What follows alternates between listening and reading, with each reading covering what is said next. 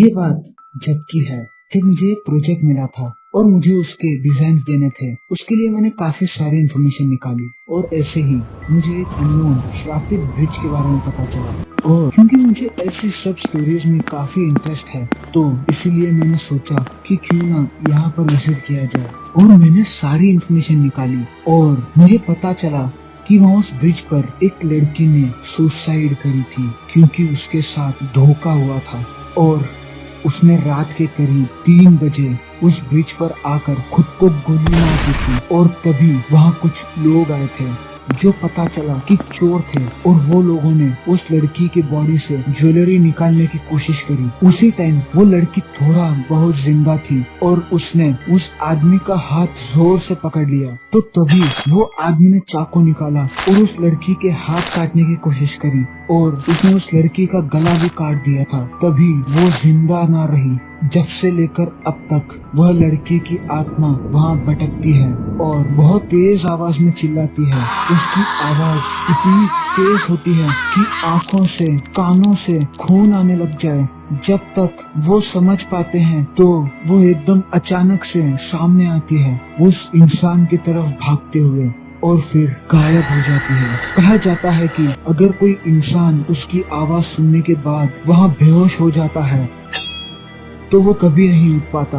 वही उसकी लाश मिलती है, उसका भी गला कटा हुआ होता है और हाथ भी। और ऐसे ही कितने लोगों ने बताया है कि उनके ऊपर किसी भयानक आत्मा ने हमला किया और उन लोगों के कानों में से खून तक आया है। और ये सब जानने के बाद मेरी क्यूरियोसिटी और बढ़ गई और मैंने सोचा कि एक बार उस ब्रिज पर जाना चाहिए। और मैंने फिर वही टाइम पर गया। 2 बज रहे थे रात के और जैसे जैसे टाइम निकल रहा था वहाँ सन्नाटा होने लगा और एक अजीब सी घबराहट बढ़ने लगी। और जैसे ही 3 बजे वैसे ही मुझे एहसास हुआ किसी के होने का और जैसे मुझे लगा कि कोई है मेरे आसपास। तो तभी एकदम जोर से ऐसी चिल्लाने की आवाज आई जैसे सुनकर इंसान का दिल धड़कना बंद कर दे।